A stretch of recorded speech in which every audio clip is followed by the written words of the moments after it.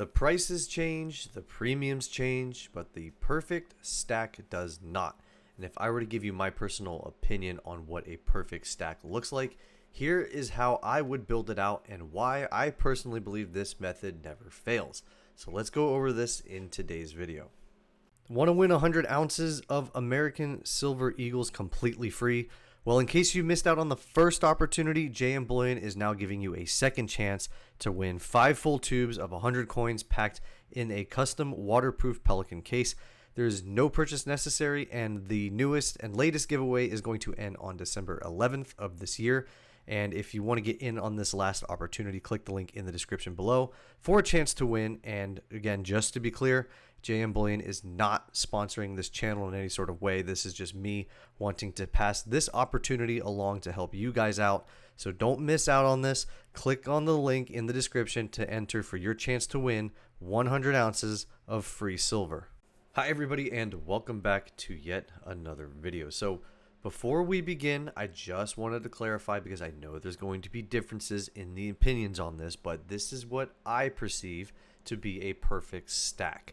This is simply my personal beliefs, and not everyone here is going to agree with it, and that's okay, because realistically the perfect stack is kind of arbitrary, and not to downplay my own words, but it is always going to be unique.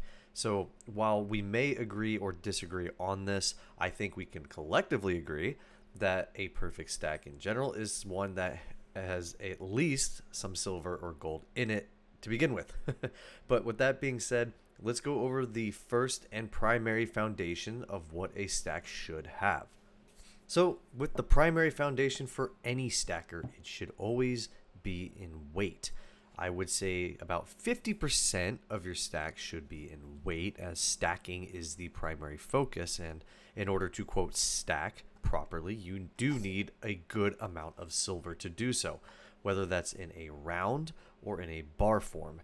And if this is going to be the case, then you should be doing this with the least expensive form of silver that you can find. And those options are typically going to be your generic rounds or generic bars, such as these buffalo rounds that you see right here, or even these 10-ounce bars as well.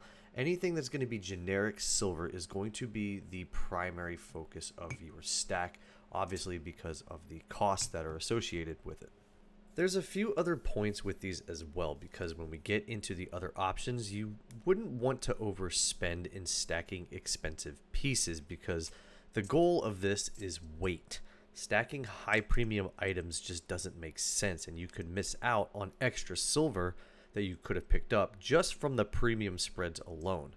And as with any type of silver, there are some that are going to be a little more recognizable than others, but for the most part, in this area specifically, we've all heard it before, but silver is silver, and that is more true in this section alone, because just get the 1 ounce of silver for the cheapest price you can, because as you're building your foundation, the stack needs to have some weight behind it before having any sort of lustrous appeal to it.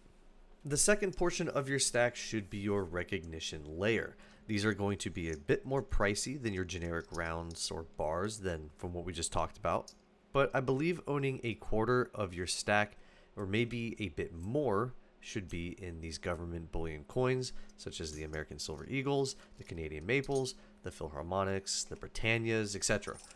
And while generic rounds are easy to sell, these just add an additional layer of further confidence whenever you do decide to sell. So much so that depending on where you go to sell them, you can actually get $1 or $2 extra from these pieces alone versus the generics, which typically wouldn't do so. Now, in all honesty, if you're unsure of which one to get, you really can't go wrong with either piece. And I like to stay personally within the realm of the region. So with me being in the US, the American Silver Eagles and the Canadian Maples are probably going to be my best bet. But again, you really can't go wrong with the other ones like the Britannias or the Philharmonics. I mean, I have them right here. And these are all widely known and widely accepted, so it's just a matter of which one you prefer to hold. For the most part, people do like to stay within the coin of the realm, but if you're going to pick, the American Silver Eagles, the Maples, and the Britannias are typically the top three in my opinion. And this is where, once you get these items in your stack, This is where the stack begins to radiate a bit more, and having these pieces are important to own.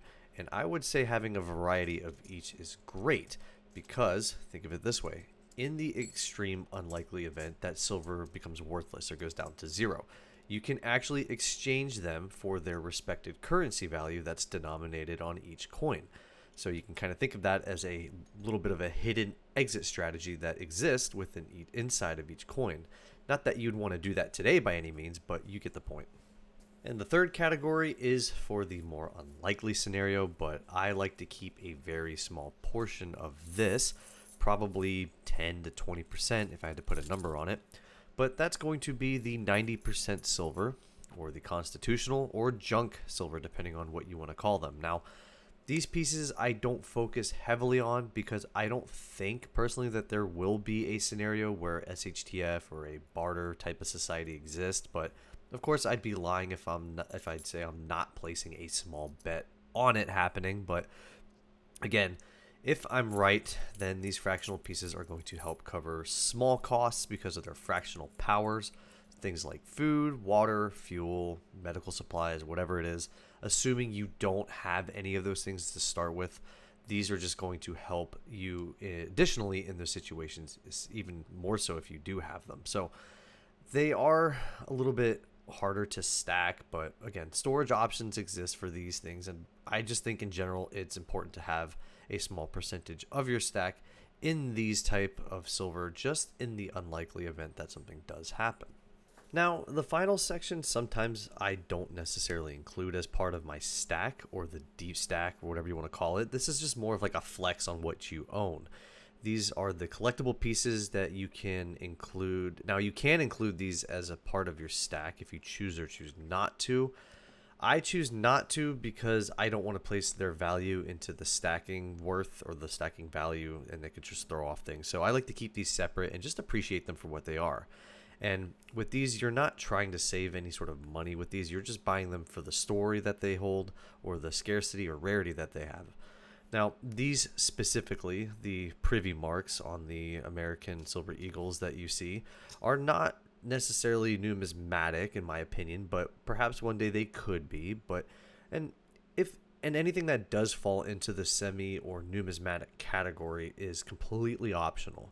It's not a necessary or essential piece of the stack that you need. So don't think that you have to, or you feel like you need to go out there and overspend on something just to own a piece of rarity. The three previous categories are going to be the main areas that you need to focus on. This specific portion of it is just for fun. One more thing when it comes to building the perfect stack, dollar cost averaging and patience are going to be your biggest skill or your biggest asset you can have. While it's easy to succumb to the emotional desire to want to go out and buy when things are crazy, but as you know, when you do that, the market is going to crash on you as soon as you try to time it. And being level-headed and playing the long or slow game is what's going to get you ahead. The best stacks are going to be built slowly, not bought overnight.